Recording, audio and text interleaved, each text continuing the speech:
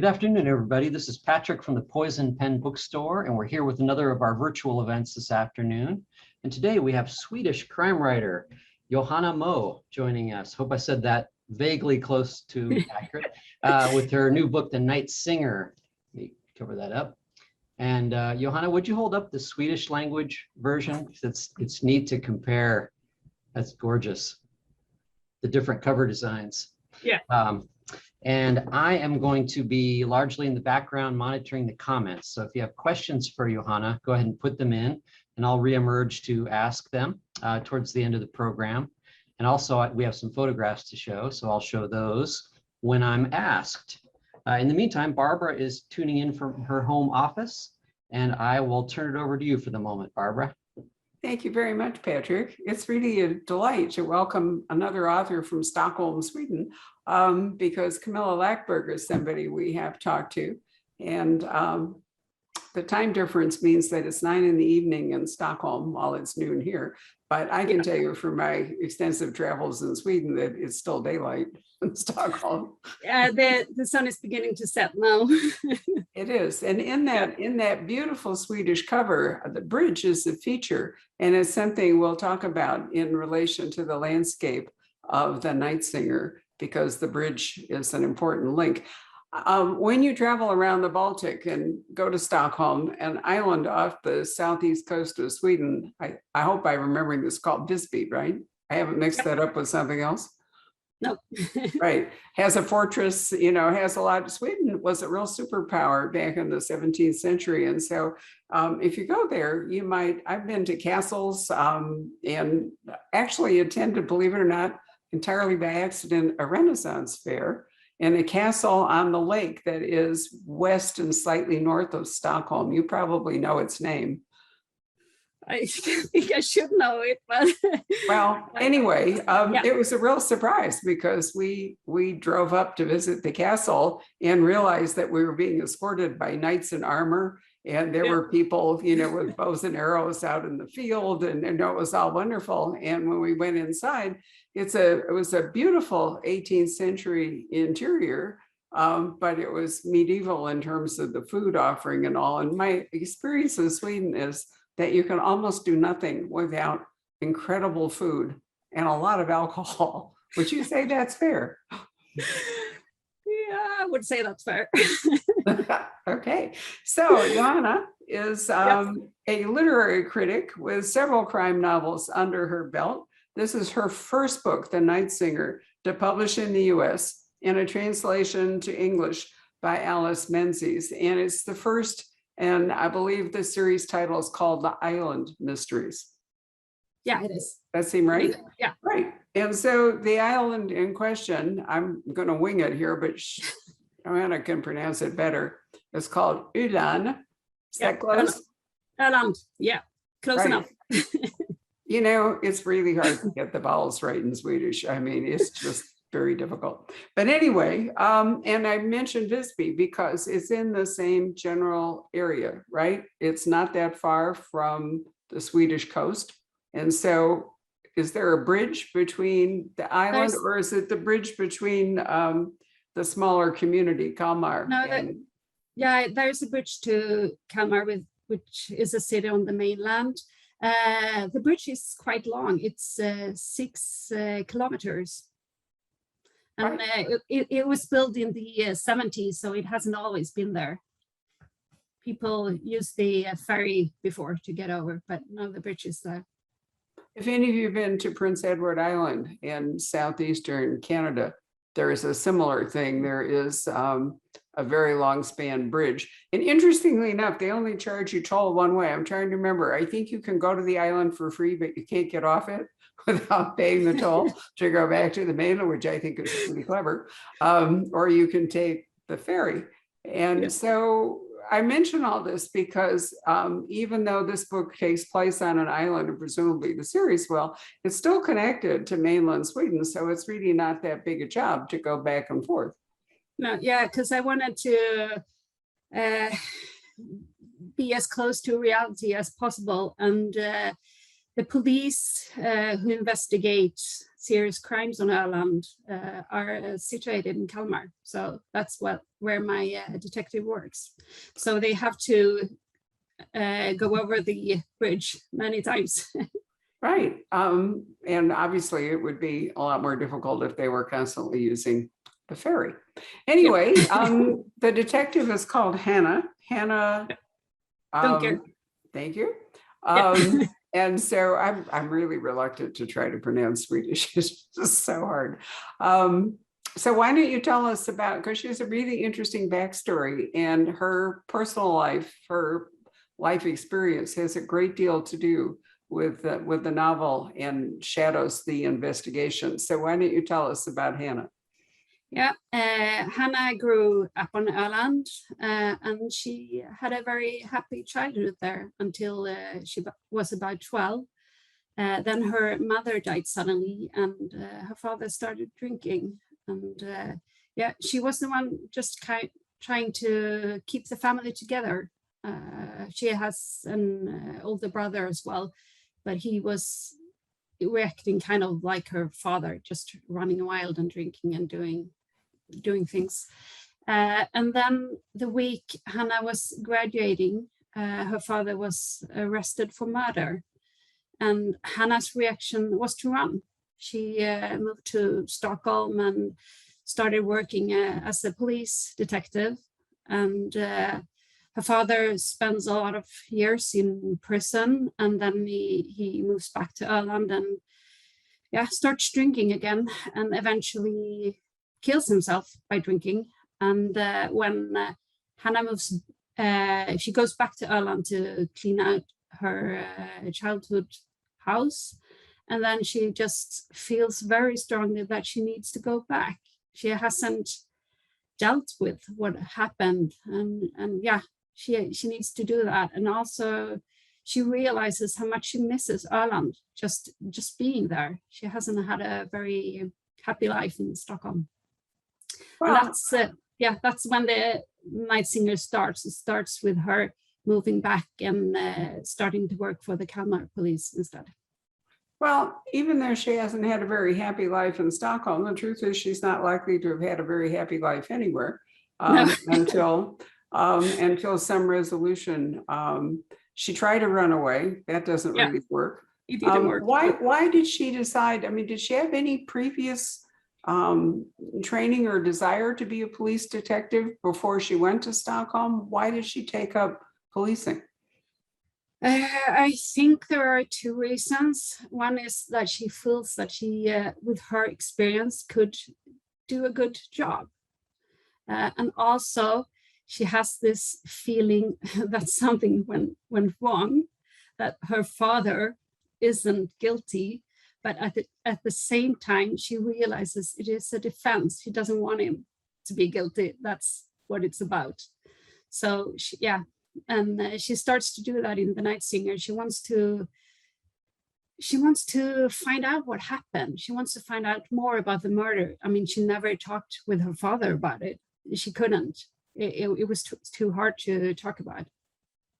I've watched a lot of Swedish crime shows. You know, the streaming television has enabled us to, not only Sweden, there's a killer one set in Finland and Iceland, various places. And the justice system seems to me to take I don't know what the right word is here. People are not necessarily locked up for the length of time for various crimes as they might be here in the United States. And so even someone convicted of murder might conceivably be released back into the community sooner than we would expect. Are there any sentences with life without parole? No, there aren't. I don't think so. I think if the person is mentally ill, they can keep them for life, but not just as a prison sentence. I think the sentences are longer now, but Hannah's father was convicted in the early 90s, and he spent 10 years in prison, which I think was a quite common length then. Well, I only mention it because, American readers might think Yeah. that 10 years in prison for murder was a Yeah, little no, light. yeah, no, he But spent 10 nonetheless, years.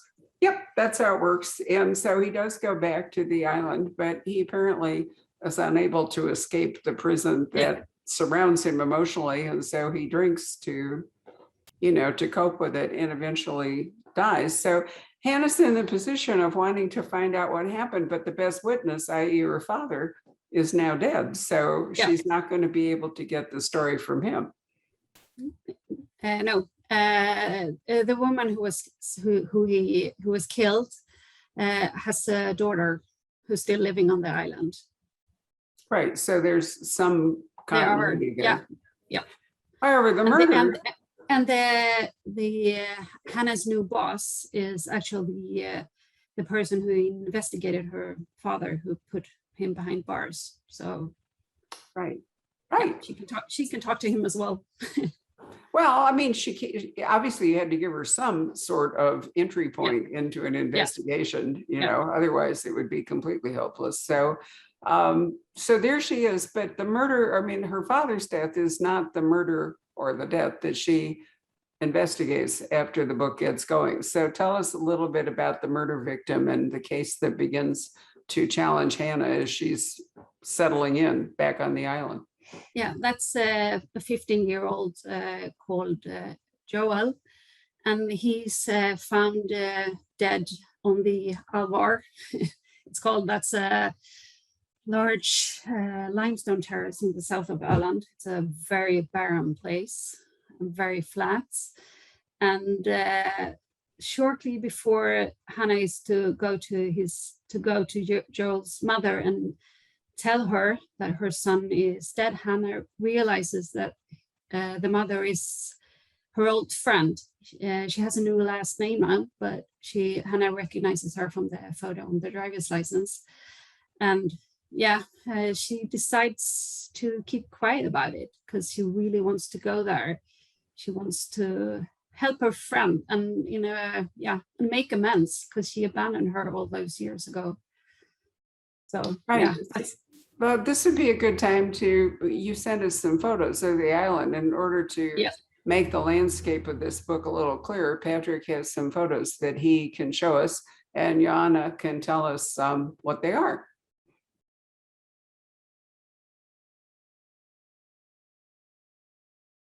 Yeah, this is the Alvar. It's very flat, and then not a lot of things grow there. It is very flat and also relatively barren. And is that an old stone wall? Is that there's a lot of those. Yeah, there are old stone walls all across Ireland. Okay. Ireland has been people have been living there since the Stone Age. So there are ancient remains everywhere, and this is the Alvar as well. And this is that you have a little cairn or stone tower there, and I understand. I read a really interesting article yesterday that said this has become a kind of tourist thing that in places like Scotland that there are contests to build as high as you can these stone cairns, but it's very disconcerting to hikers and other people. So a new sport, in fact, involves kicking them over if you're a passing tourist and you see one of these things. So is this an old one or a tourist made one? No, a tourist made it. Okay. All right, Patrick. Yeah, and this is me on the Alvar. On the other side of the road is where Joel's found. It's a rest area. And it's a wonderfully distinctive roof. Tell us a little bit about it. It's fascinating. Oh, it is. I can't see what it's made of. I think it's the way roofs were made before. Unfortunately, I don't know the English word for it. Well, I've been to see some of the stave churches and so forth in Norway, and it almost looks like thatch rather than wood on an A-frame. Yeah, it is in wood. It is wood. It is wood? No, it isn't. Oh, okay. Well, then it's thatch, Yeah. Yeah, it is. on an A-frame. And of course you need the A-frame for the snow, because Yeah. if it were flat, it would Yeah. disintegrate. But what's interesting are the way that the crossbars at either end of the A-frame, they rise up like that, but then they stick up as though they had I'm trying to think. It's a very Viking look. I mean, I've been to Anse-les-Meadows, which is the Norse settlement in Canada, and it looks vaguely familiar to me. Yeah. And this is, I placed Hannah in a village called Kleva on Öland. And in Hannah's first chapter, she walks to the sea, and this is the road she takes. It's the road from the village to the sea. And these roads are all over Öland. I mean, it's so flat, and the roads are so straight. Yeah. Is this a bicyclist paradise? Yeah. and walkers, and yeah. Everyone who loves nature. And this is the school in Gårdby. In The Night Singer, the reader gets to follow Joel during his last day, and the school plays a big part in that last day. Gårdby is the village where Hannah grew up. And this is the bus stop in Gårdby. It also has a role in the story. And this is the church in Gårdby, just behind the bus stop. One of the things that I remember very clearly about Sweden are the churches and the graveyards that surround them. And how beautifully tended they are, and how generally filled with flowers they are. There's a church in almost every village on Öland, and there are a lot of villages. Right. So they're predominantly Protestant, or are they all Protestant? They are Protestant. I don't even know if there are any Catholic churches on Öland. Maybe, I don't know. I don't know either, but my impression was that they are primarily Protestant. And, in a lot of Swedish crime fiction, Johanna, there are cults, and there are some very strange religious groups that figure in many novels set in Scandinavia. And I have written one of those as well. Yeah. Aha. Well, yeah. Anyway, so I just assumed that in general it was a Protestant country. I don't know if it's Lutheran or some other, offshoot branches or whatever. But honestly, the churches and the churchyards, in my experience, are beautiful. And if not community centers, at least it's clear that people really tend the graveyards and spend time there. I can remember watering cans being in the graveyards, for the convenience of those who are coming to do the beautification and so forth. I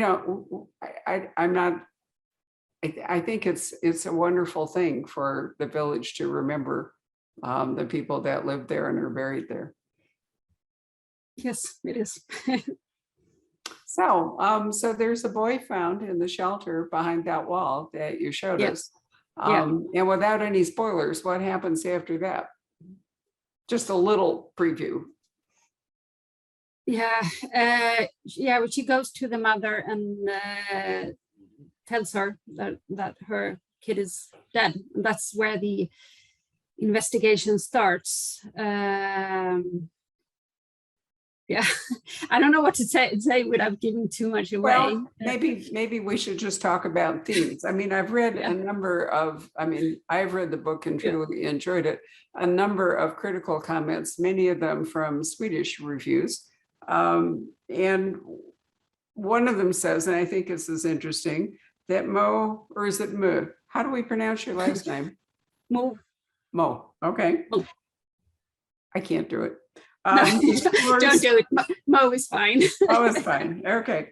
Explores themes of bullying, infidelity, familial violence, discrimination based on sexuality and gender. In short, many of the bugbears that plague 21st century Western culture. Now that's a very big load. It is. Wow. And so, this is your first novel published in English, translated into English, but this isn't your first published novel, is it, in Sweden? This is my, I have to count, it's my 7th novel. So I have been doing this for a while. Right. So you've had an opportunity to not only work on your craft and structure and so forth, but also develop themes. Are these themes that you've explored to some extent in your earlier books? I would say so. The most important theme for me is guilt and loss, I would say. And those are, a big part of the Night Singer. The other themes, I didn't really think about them when I wrote. I think about the characters, families and relations. Yeah. Right. And also, I think in Hannah's case, shame which arises, I think, from guilt in part, but shame is a big motivating force for her. Yeah, it is. The shame is connected to her father, but also to the friend, right? Who she now has to deal with. Because right. she left without telling her. She felt she needed to do that, otherwise she wouldn't have been able to leave. So she didn't even tell her friend that she was going. She phoned her a few days after she had run away. Well, yeah, I mean, abandonment is a very hard thing. And they tried to keep in touch after that, but they failed. And Hannah didn't even know she had a kid. So the fact that this boy was murdered is particularly terrible for Hannah and her friend, and it's either going to break their relationship or it's going to forge a new one. And we aren't going to talk to you about which choice happens, but it's certainly clear that, couples that lose a child very often don't survive as couples. There are infinite examples of couples where a child has died and the marriage breaks up and so forth. Yeah. And I don't know that I've explored it that much in terms of friends, where a child is killed and they are associated, not directly in the death because, the mother lost the child, Hannah's investigating the death, but nonetheless, a child dies and what effect that would have on their friendship. Yeah, and the scene where Hannah tells her friend that her kid is dead is a very long one, and it's told both from Hannah's perspective and from the friend's perspective. The friend is called Rebecca, because I don't know. I've had police come to my door and give me that kind of news, and I wanted to get to that as well because the friend is really, I don't know, detached. She gets angry with Hannah because she comes to her and tell her these news, and it's not a good start to kind of rekindle the friendship. They really struggle to do that. Well, it's not uncommon to experience the kill the messenger sort of reaction, No, you've thrown a lot of challenges to this couple. How did you decide in what voice to tell the story? You can tell a story in first person or third person. Generally, it's not a good idea to use the familiar second person, but occasionally people do that. And did you decide to change your point of view at various times in telling the story? No, the third person was the obvious choice for me here because I wanted to have 4 perspectives. It's Hannah and her colleague Eric and Joel and Rebecca, the friend. These are the 4 people who tell the story. And if it would have felt weird to have it in first person then. The only thing I changed is the tempest. I don't know if it's called that, tempest. The pacing? No, if it happens now or if it has happened. Oh, past Yeah. tense. I'm sorry. Okay, present tense or past tense, right? Yeah, tense. Yeah, okay. I changed that in from the beginning. The entire story was in past tense, but then I wanted to tell Joel's story in that it happens now, to just kind of differentiate it more from the other perspectives, since it takes place before, because you get to follow the victim before the investigation starts. That takes a lot of skill. Do you think that if this had been your first book, you would have been brave enough to try that? No, I don't think I would have been brave enough. And I think that's part of the reason why I waited so long to write this story, actually.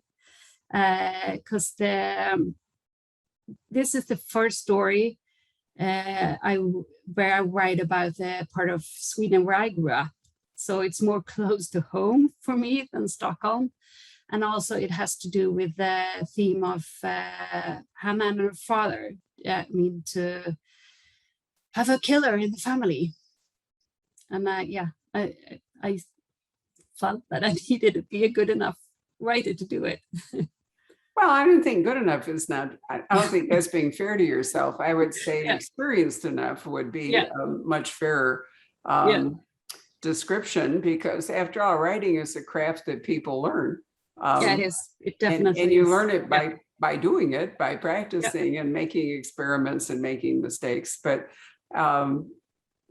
it seems, and if this is the start of a series, you also have to be thinking ahead, not just about writing the Night Singer, but about what you want to do, because you're committed to a number of things when you set up your first book that you have to carry forward. You can't suddenly have her father bound back to life or not be a killer, or the friendship not have been fractured, or the boy not have died when you go to book 2. I had a plan for the background story from the beginning. I made a plan for about 3 books before I started writing the first one.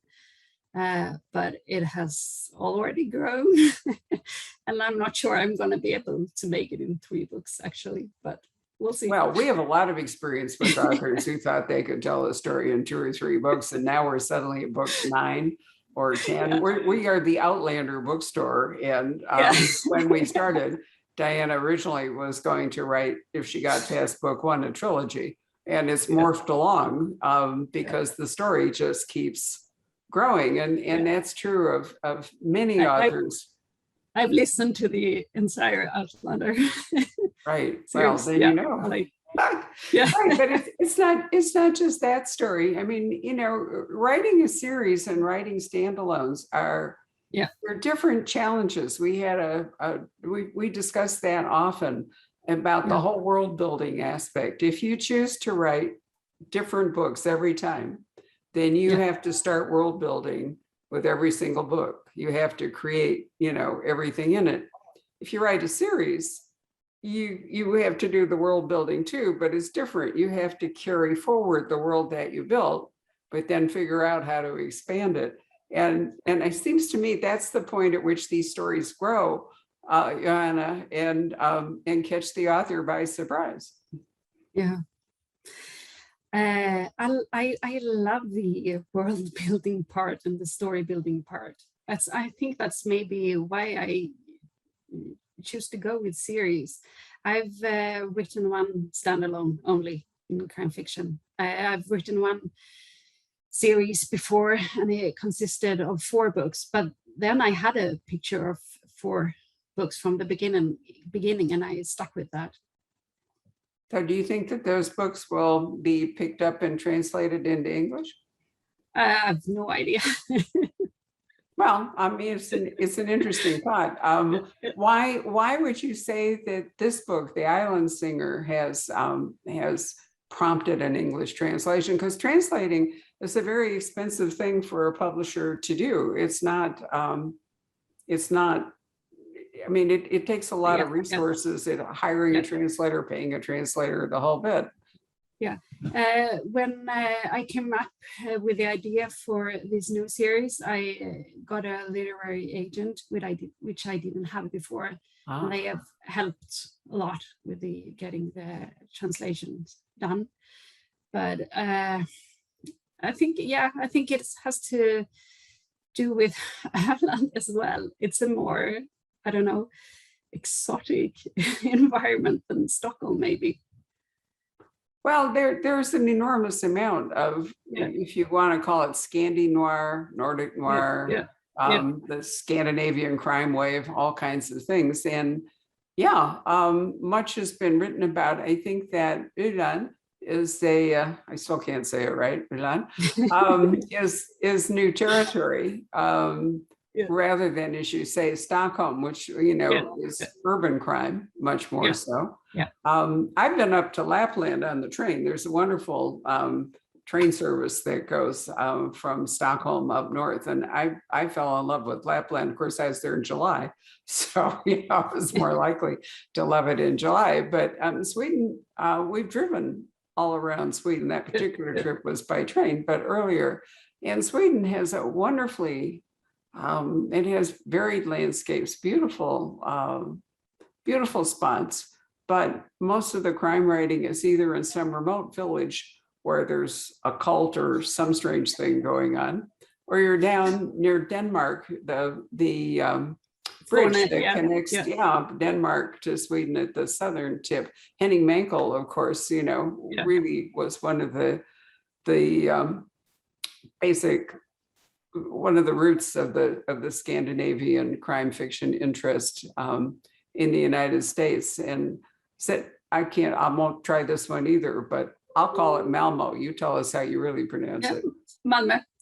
Malmö, okay. Yeah. Became familiar to many of us, and the first time that I went to Sweden, we drove down there. So because and that was in the 90s, so we could visit it and see the bridge that goes across to Denmark. But I think your island is so far not been pillaged by crime writers. No, there's only been one before, actually. Johan Theorin, and I think he has been translated to English. I don't, at least. Who's that? Johan Theorin. I'm not familiar with it, no. But no, not as many as Skåne or Gotland. Many crime writers have written about Gotland. But for me, it was the only part of Sweden available, except for Stockholm. Yeah. There we are. Because I prefer to write about something I know about, especially when it comes to the environment. I couldn't have placed this story anywhere else in Sweden. Just there's I'm trying to remember if her name is Annika Bergström has written. I'm trying to think, because I've read a lot of Swedish crime, but I've also watched a lot of Swedish crime. Yeah. And that's a village north and outside of Stockholm. I think it's Bergström has written. Annika, do I have this right? I may have the author and the characters' names mixed up, so my apologies there. And I don't know where. Doesn't ring any bells. Sorry. Yeah, I don't know where Camilla Lackberg's village is. Fjällbacka. Where is that? It's on the west coast. On the west coast. All right, pretty close to Gothenburg. Yep, and Helen Thurston has written a number of books set in what I'm going to call Gothenburg. And that's on the west coast of Sweden. It's big shipping. It's got massive shipyards and so forth, and some very cool museum of ships that you can go and visit if you're there. It also has a lot of art, if I recall. It's kind of a Western art capital. Right. So indeed, you have to stake out your claim. Yeah. Sort of like real estate, see how it works out. So the second book, do you have a title for it yet? Yeah, it was published in Sweden in June, and it's called The Shadow Lily. The Shadow Lady. That's a The wonderful title. the shadow lily. It's a flower. Oh, I'm sorry. Okay. Yeah, and then we realized the English name, because the shadow lily is a translation of the Swedish name, but the English name is a toad lily. So it's not going to be called that in English. A toad lily. Got it. So Shadow Lily, not Lady, but it'll probably have a different title. All right. Yeah. So tell me how you feel about the translation. Obviously, you know, you speak wonderful English, and I assume, have you read The Night Singer in the English translation? Yeah, I've actually read it twice because I've worked as a translator as well. I've translated a few books from English to Swedish. So I jumped on the opportunity to actually read my own work in English. And I think the translation is amazing. It really feels like my story. Does it change anything? I mean, obviously there are lots of words that are not direct replacements or emotions that are difficult to, you know, pinpoint in either language. I wouldn't really say that it changes anything, because what it changes are only minor details that don't matter. I mean,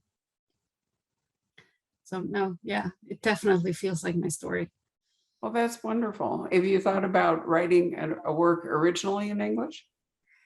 No, I haven't. But you might. No, we'll see. No? We'll see. Wow. I've written shorter pieces in English only because I actually studied in Canada for a year. So yeah, So, I had to write in English then.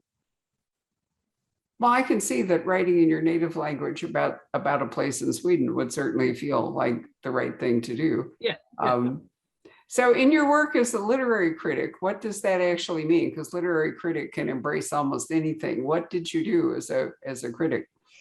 I wrote mainly about crime fiction for one of the Swedish for one of the big Swedish newspapers, but I quit after a while because it became too difficult for me to do that, since I mean I was writing myself and also I worked as an editor, so I had to say no to a lot of books they wanted me to review because I had worked with them or I knew the people who had written them. So yeah, I quit after a while.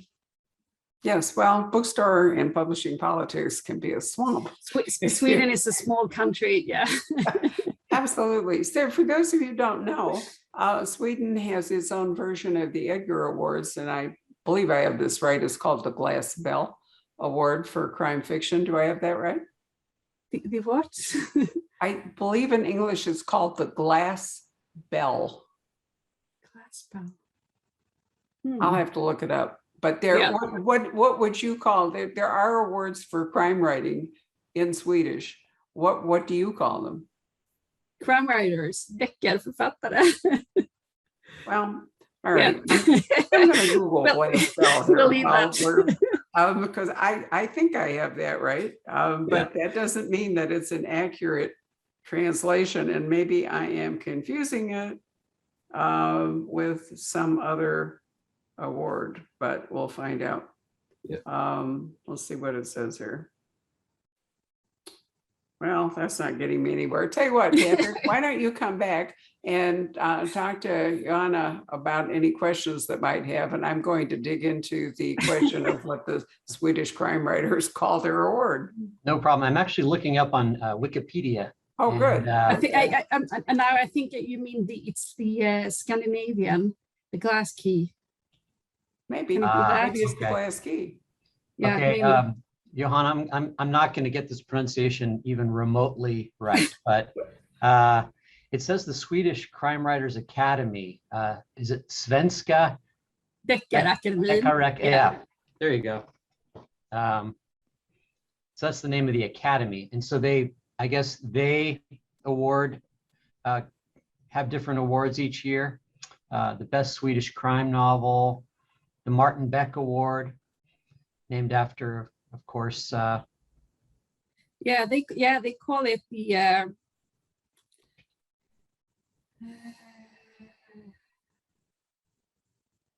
no, it's the glass key is the Scandinavian equivalent. Yeah. Oh, glass It's key. yeah, Yeah, the with glass Dashiell key. Hammett. Yeah. Well, I was close. The Martin Beck Yeah, Award, close. of course, is from Henning Mankell. Right, and we have had at the Poison Pen a number of visits from Yeah. crime writers, including the gentleman who took up the girl with the tattoo. Dragon tattoo. Yeah. Yeah, the girl with the dragon tattoo sequel. And you know, I felt sorry for him. He worked, first place it was July, and he was Yeah. wearing a coat, so he almost died of the heat. That was the first. Oh, but you know, he was proficient in English, but it was clearly very much of a strain for him to, you know, to have a long conversation, as it would Yeah. be for one Yeah. of us Yeah. trying to speak in another language. And when it was over, we normally take authors out to dinner, but I decided it would be a greater kindness if I took him and his Swedish speaking escort back to their hotel and left them to converse in Swedish rather than having to include me. But I actually had him as a teacher when I studied literature. did you really? Yeah, I did. Wow. And you know, that was a brave thing for him to take on. Don't Yeah. you? Yeah. Do you Yeah, mean I Steve mean- Larson or David Lagerkrantz? David It Lagerkrantz. was David. Yeah. But I'm okay with it's with speaking in English. It's not a strain, but it's at the same time it's easier for me to speak in Swedish, obviously.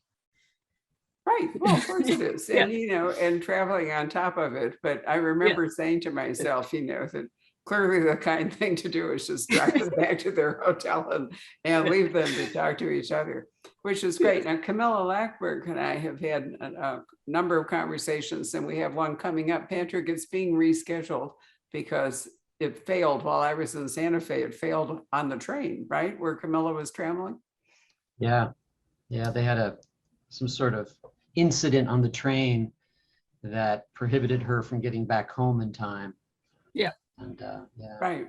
And her English The train's not working is a big issue in Sweden.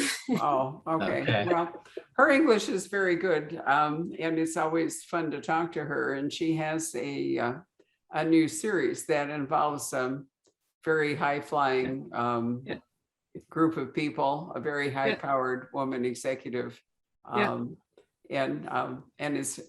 it's fun to read. It's a lot different than the Fjällbacka, although I think there's some ties to it.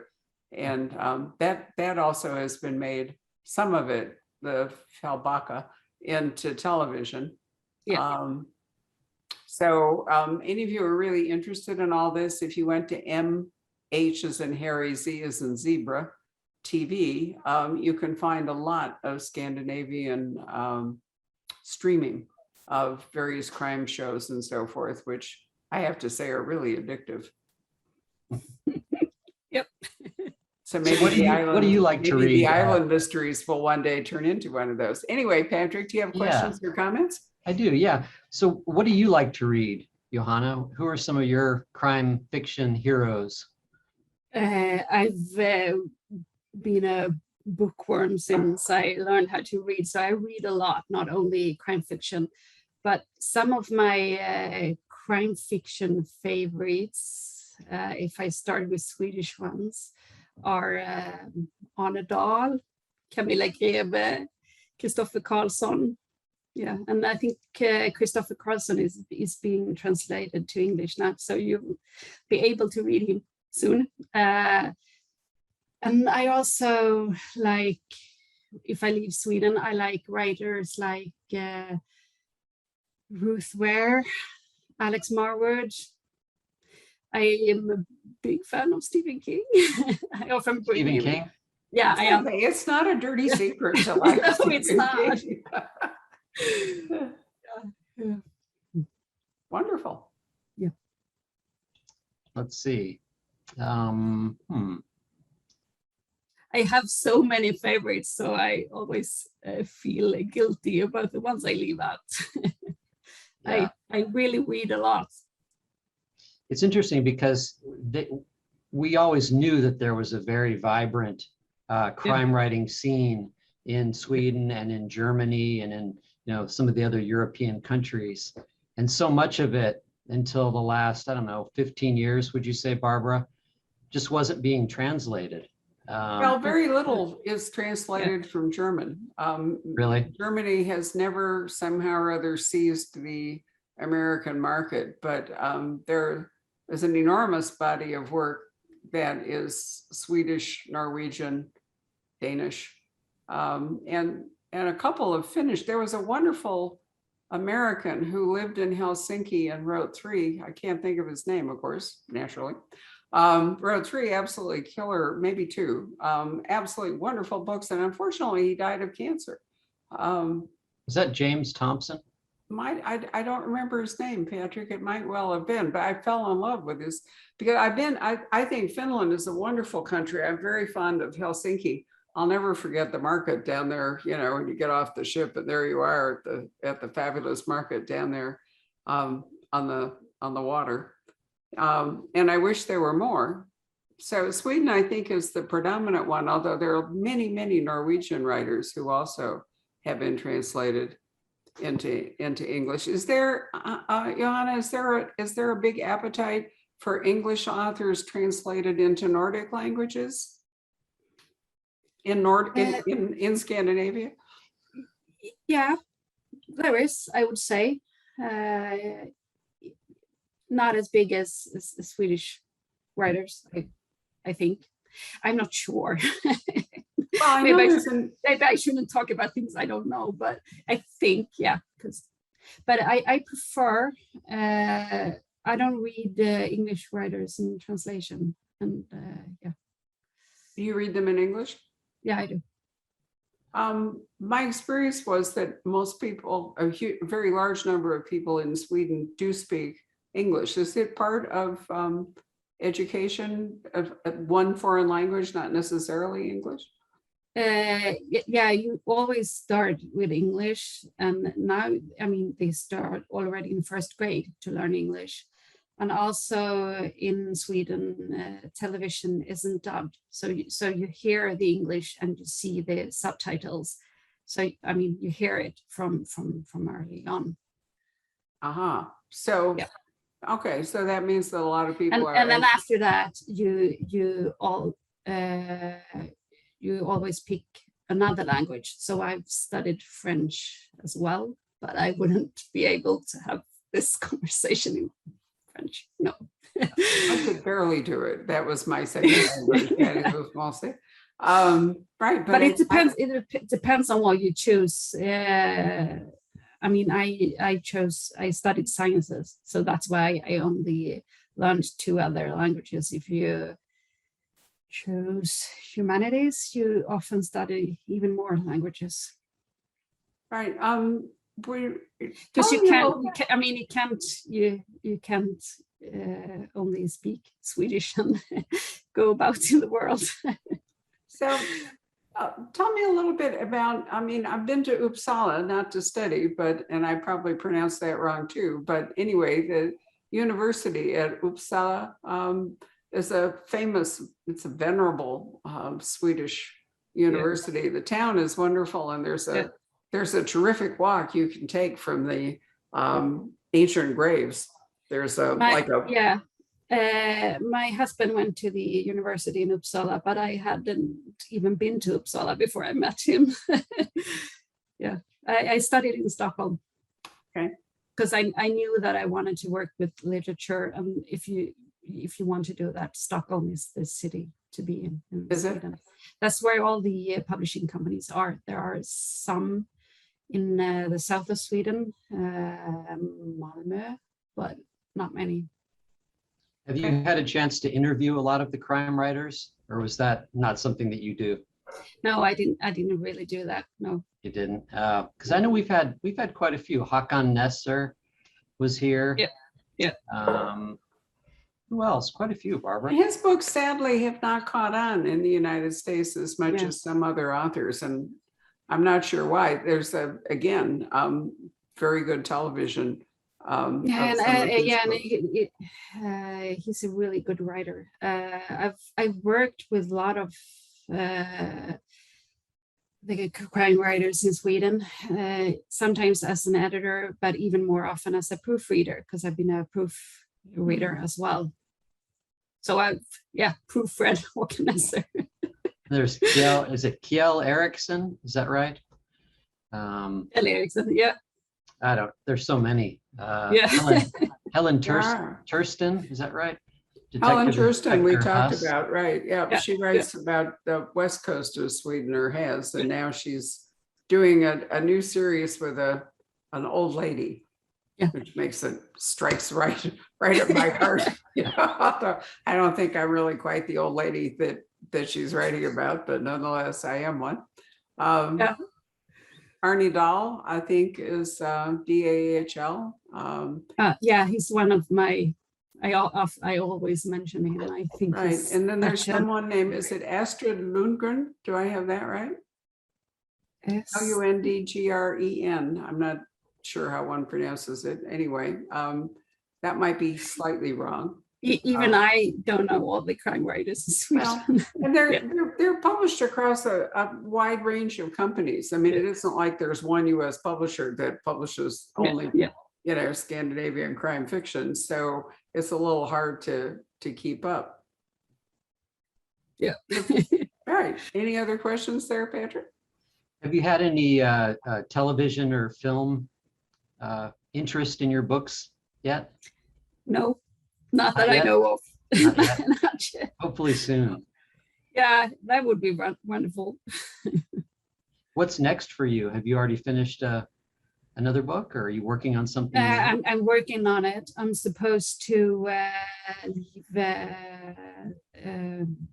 the draft for the third installment in the series to my publisher in the end of August. So I only have a few weeks left to do it. Are But you, it's going to under make your deadline? it's under control. I'll make it. Yeah. And it How might long does not it be usually- the third and final book. It might actually expand. No, it's depending on- not going to be the final Oh, good. book. I've That's already wonderful. told them that. How Well, long but does I'm it take you still- to? With this series, I felt that I didn't want to. Decide on a number. I want to keep doing it as long as I feel that I have more things to tell about Hannah Dunker. So, but at the same time, I can't really see myself writing 10 books about the same character. I already have the ideas about books I'm going to write later on. Wonderful. As long as you have ideas coming, how you choose to present them is a different question. So, and once you get something going like a translation into English for one series, it becomes easier to find a larger market for other series. Yeah, and it's been translated to many other languages as well. I mean, before this one, I hadn't any translations at all. I think I had one translation into Polish, but this one it's going to be translated to 17 languages. So Wow. That's quite new for me. Well, that is impressive. Good for you. Yeah. Well, I'm really looking forward to reading more about Hannah spending more time on Udan. Which I found it fascinating. So our copies have arrived. Patrick has already shown you, the cover. And I certainly recommend it for whether you're a fan of Scandinavian crime fiction or not, doesn't really matter because it's not a story that is limited to any one country, but it is broader themes and some really interesting characters. So it's really been a pleasure to talk to you, Johanna. Thank you so much for joining us today. Thank you so much for having me. It's been a real pleasure. I hope we'll get to see you for your next book. I'm sure we can. Right. Hope So so too. bye, everybody. Enjoy the rest of your Bye. day. Thanks for being with us. Bye. Bye.